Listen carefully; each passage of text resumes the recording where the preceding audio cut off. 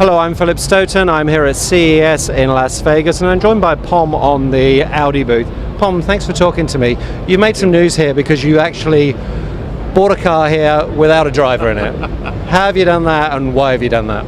Yeah, Audi's been a leader in the piloted driving space. This is a term that we coined a few years ago, and for us, this is how Audi is developing the autonomous vehicle environment. We call it piloted driving because we believe that even a vehicle that drives itself should always have a driver in the seat to bring back control or take control when it's necessary. But more importantly, we find that our customers tell us that they actually like driving our cars. There just are some traffic situations where it just becomes a very stressful job to drive, and it would be great if the vehicle could take over, or it becomes just tedious, and so at that point the vehicle takes over. So with that in mind, we've worked for several years now to build up our own capabilities and technologies that can allow a car to handle different types of traffic situations. All the way back in 2009, we had an Audi TT that actually drew the Audi 4 rings in the Bonneville Salt Flats in a pilot mode, pretty much. And we had an Audi TT in 2010 go up the Pikes Peak in complete autonomous mode.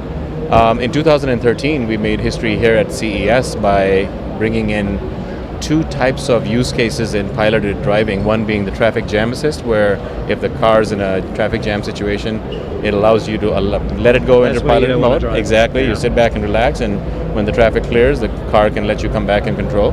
And the other thing we showed was autonomous parking, where the vehicle, you can drop yourself off at the front of the door of a hotel or a reception lobby and tell the car to go and find parking, and it'll go and find parking, and then summon it back. Right. But you know, what we've also done is try to build more realism into our use cases and build technologies that we can actually bring into production environments. So we've had a very long-standing relationship with NVIDIA in our infotainment world. We've used their graphics processors for doing some really wild magic things in the clusters that you find in Audi vehicles. And we took that relationship to the next level in the autonomous driving world. The central processing unit that actually makes all the decisions for the car when it is driving in piloted driving mode is built off of a graphics processor from NVIDIA called the K1. And the unique thing about this is it's, in the technical world, we call this 192 core processor. What that really means is it's a supercomputer on a chip. It is basically able to take all the sensory input coming from radars and lasers and ultrasonic sensors and the cameras, process that information to allow the car to make decisions. So we started with something like that could normally fill the size of a trunk of a vehicle, and we shrunk it down to the size of a laptop board in 2014. This year we're actually showing you that same board down to the size of even smaller than a tablet. So there's been a lot of consolidation, and most of the sensors in the vehicle now that we're using for piloted driving demonstrations are either series or pre-series type of sensors, which means they're very deployable. Now the big leap forward here for us at CES 2015 was a vehicle that was driven in piloted mode from San Francisco to Las Vegas.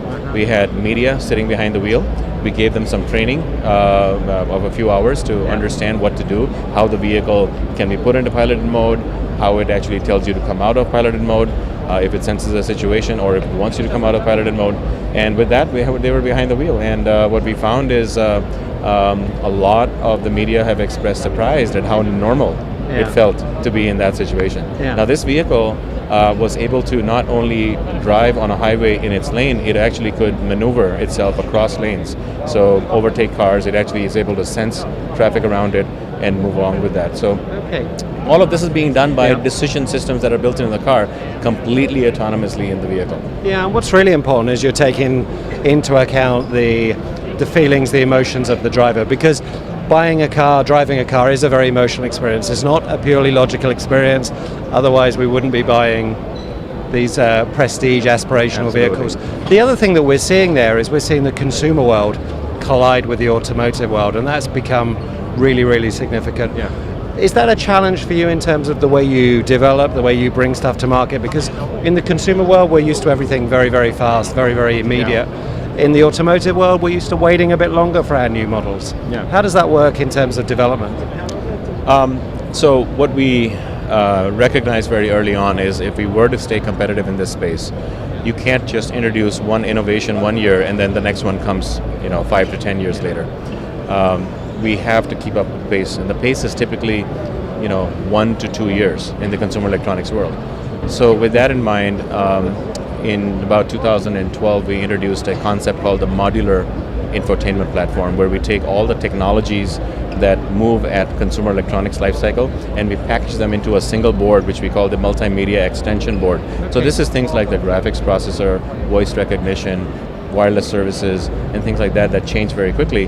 And now what that gives us the ability to do is, when there's a model year change, and let's say in that model year we have a new graphics processor from NVIDIA, we can introduce that very quickly without having to go through the long development cycles that automotive requires. And we're showing that at CES here with the introduction of the MIB2 platform. So last year we launched in the US the A3, which had the MIB1 architecture. This year we're launching the new refreshed A6 and A7, and later this year the TT. And these have the MIB2 platform that use the Tegra 3 processor from NVIDIA, which allows you to get higher resolution graphics. It allows us to have a virtual cluster, a virtual cockpit in the TT. It's a beautiful 12.3-inch TFT display that allows you to show a lot of different kinds of configurations of instrument panel. So this is how Audi is bridging the divide. We're also doing a lot in the cloud space. We put 4G LTE in our cars last year. We're continuing that throughout our vehicle lineup. This allows us to take advantage of services in the cloud. And an example of that we're offering with the new A6 and A7 launch is over-the-air map updates and online traffic. Okay. So traditionally we've had traffic data come to us through satellite broadcast. Now we're going to basically have traffic coming through a two-way channel that comes in the cellular connection, and we're working with a provider that actually collects this information from several sources to create some of the best quality data that can be used to reroute you in the best way and give you more accurate estimated times of arrival, which is something that really helps customers. Yeah, that's really important, exactly. Isn't it? Yeah. And it's for me, one of the things that's fascinating here is car companies have just become much more open, much more keen on this collaboration. Collaboration's a huge part. You really need to leverage that consumer electronics expertise to be able to provide the experience the customer wants. Yeah, and we recognized quite early on that if we continued the mindset of only relying on our tier ones to bring our the innovations to us, that was not going to work. And so we actually broadened our outlook. We reached out to companies like Google and NVIDIA, Qualcomm directly in order to work with their engineers on these technologies and innovations in our cars. And what that has done is it has actually benefited both sides. The integration of Google Earth in Audi actually took the development of an entirely new mobile version of Google Earth in order to bring that to happen. So that was one of the first implementations. The work that we've done with NVIDIA, if you listen to Jensen Huang, the co-founder CEO of NVIDIA's keynote, he indicated that the innovation and the computing demands of the automotive industry are what are driving NVIDIA and their innovations, because these are the most complicated use cases. And that's absolutely true. The same thing goes for Qualcomm. As we bring in technologies like 4G and LTE into the driving environment, the challenges that technology has to face in the vehicle environment are quite unique. They're not necessarily the same as what you have in the phone environment. So a lot of this is being driven in ways that require us to build partnerships that are very, very collaborative in nature. Our engineers work with their engineers to solve new problems that neither have encountered before, and as a result of that, we have a product that is so good for the customer that it creates the satisfaction. And you're bringing your own experience, and you have the Internet of Things or Internet of Car. You have smart cities. You have all kinds of new opportunities coming too. So exciting times ahead. Pom, thank you very much for your time. Pleasure to talk to you. Thank you. You too, Phil. Thank you very much. Thank you.